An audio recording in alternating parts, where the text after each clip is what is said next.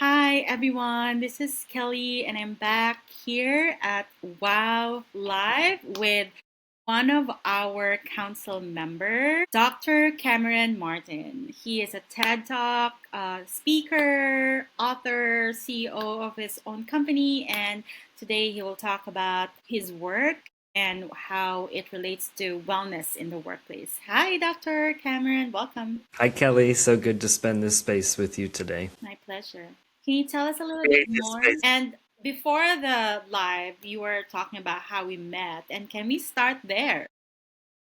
Actually, yeah, it's funny that I even said what I said because this conversation I think is going to be a lot about blending and the theme of blending because my work is very integrated in that way. But yeah, we were just talking about how we met.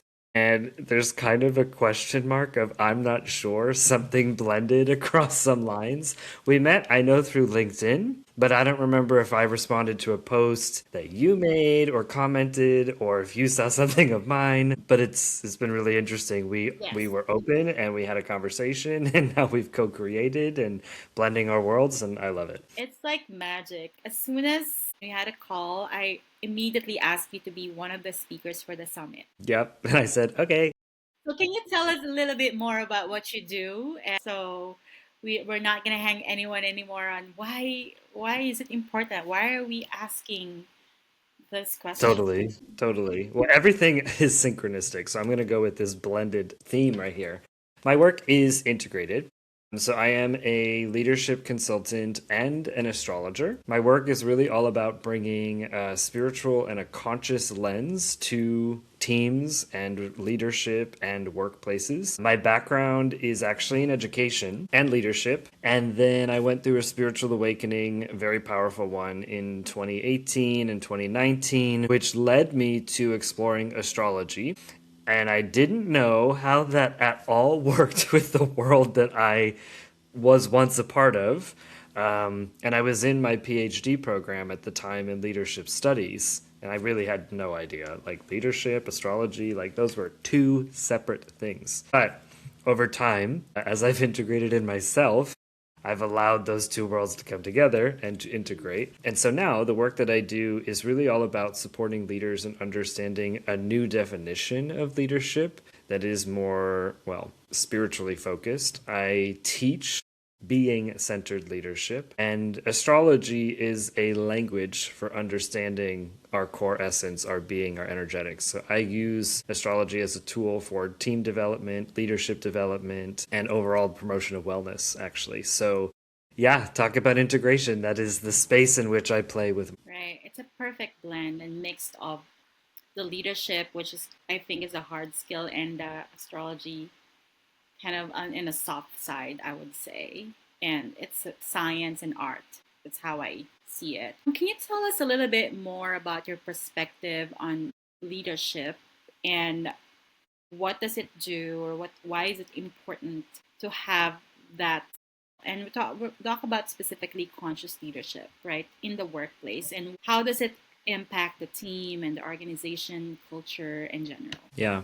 So I have a lot to say here, but I'll keep it I'll keep it tight for this conversation. Suffice to say that we have a leadership issue in this planet, and I don't really have to say very much for people to understand what I'm talking about. But politically, inside of our organizations, inside of C-suite, we've been operating in a system, particularly in the West, of management, control, performance, manipulation of people for economic gain, and all of these things. Now, of course, businesses are created to, create some level of value.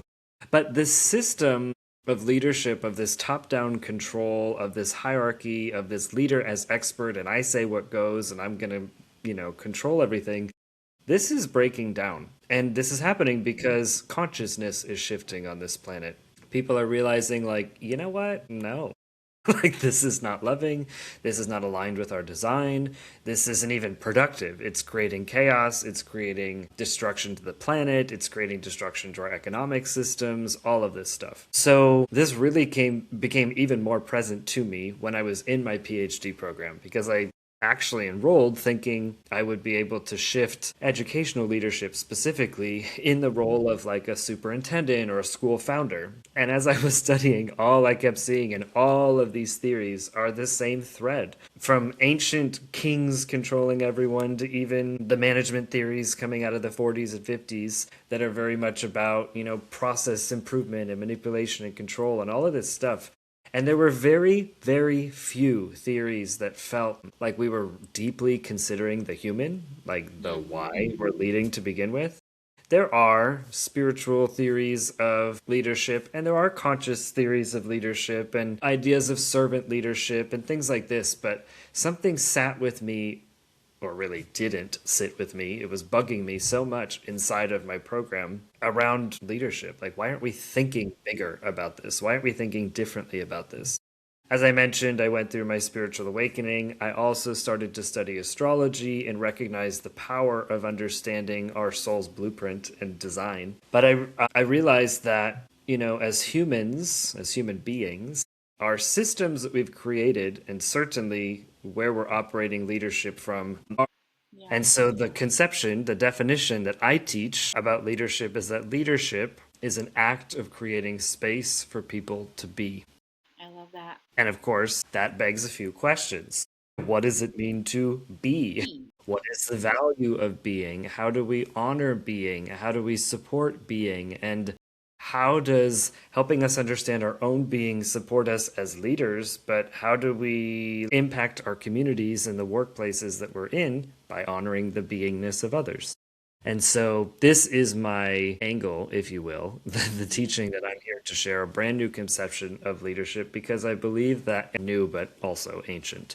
Because what I believe is that the paradigms that we're continuing to operate from in leadership are breaking, and they need to, because there's a shift in consciousness that is happening.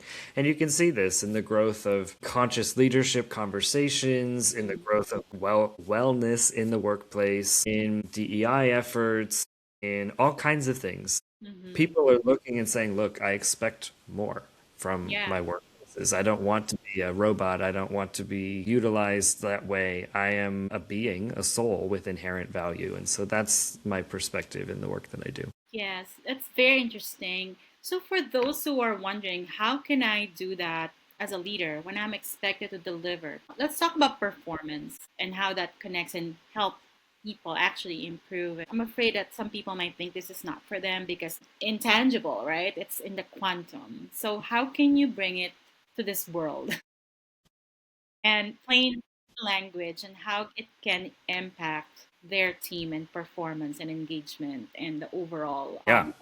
Totally. Everything that we do as humans and as leaders comes from our state of being. So, yes, I do understand that if I'm talking about being and even a conversation that sounds like soul, this could be a little woo woo, but I am wildly practical when it comes to the way I implement my work. And I believe that astrology specifically is an incredibly practical tool. Its utility is very high. It's why I use it. We are human beings. Everything in our reality is created by our state of being. And so this is not, and what I'm not advocating for is go sit in a room and meditate all day and make sure that I'm super chill and that my being is all lovey dovey. I Mm-hmm. understand that's a vision of a woo woo Mm-hmm. wellness spiritual. That's not what this is. The reality is, if we can attend to our state of being, right? This is not about being versus doing, but Mm-hmm. we operate in a world where the doing happens very unconsciously, very quickly, and where most of humanity is programmed to do this, do this, do this, do this task, create this strategic plan, make sure all the goals are set, da da da da da da da, and it leaves no space for the human experience. Mm-hmm. That's where this work comes in, to bring in balance here of like, what does it actually mean to be and to attend to my being? And specifically, there are skills that I teach around developing presence, around developing inner awareness, learning to listen to our emotions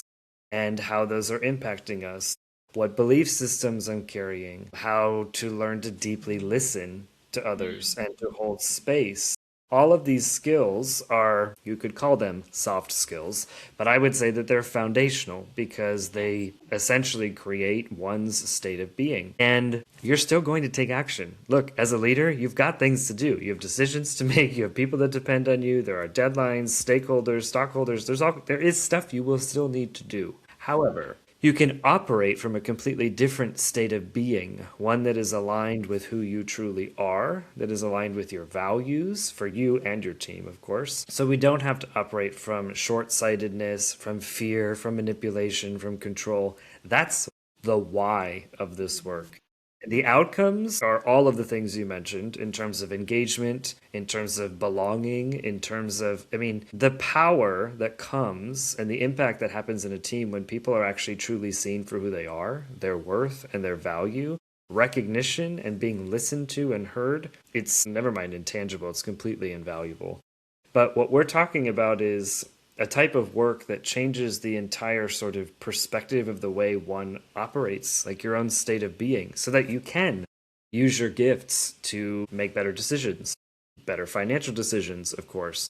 I see in my teams tremendous ROIs in things related to, workplace happiness and pleasure and these kinds of things, team effectiveness, communication, but also financially, because teams that make good decisions, teams that utilize resources properly, teams that are aligned and clear with their vision and hold each other to that, teams that feel safe with one another, they operate completely differently.